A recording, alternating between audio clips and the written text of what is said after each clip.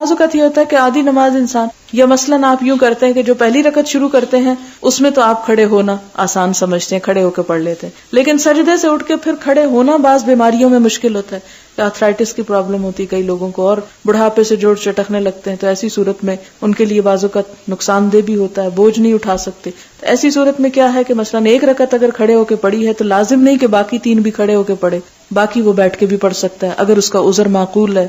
یہ بھی ہو سکتا ہے کہ کوئی شخص اتنی ہمت رکھتا ہے کہ ایک کے بعد 2 دفعہ کھڑے ہو جائے مگر زیادہ نہیں کھڑا ہو سکتا، تو ایسی صورت میں 2 رکعتیں وہ کھڑے ہو کے پڑھ لے اور باقی بیٹھ کے پڑھ لے. یا اسی طرح اگر کوئی 2 بیٹھ کے پڑھ رہا تھا کہ اسے محسوس ہوا کہ اب میری درد ٹانگوں کی درست ہو گئی ہے، اب میں کھڑا ہو سکتا ہوں، تو اس میں کھڑا ہو جائے.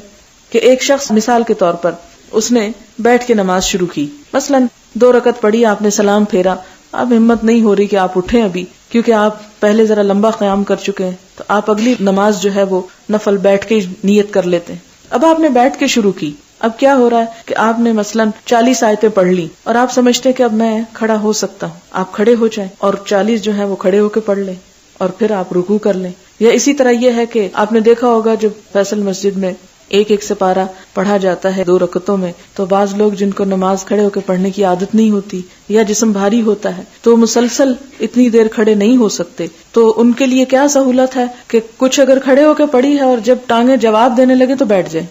اور پھر وہ دیکھیں کہ اب امام جو ہے رکوع کے قریب جانے والا ہے تو پھر دوبارہ کھڑے ہو جائیں اور تھوڑی سی نماز پھر کھڑے ہو کے پڑھ کے رکوع کر لیں. تو اس بات کی اجازت ہے، اس کی سہولت ہے. یعنی ہمیں کتنی سہولتیں مل گئی. ہمارے ہاں یہ تو ہر کام کھڑے ہو کے اور نماز بیٹھ کے.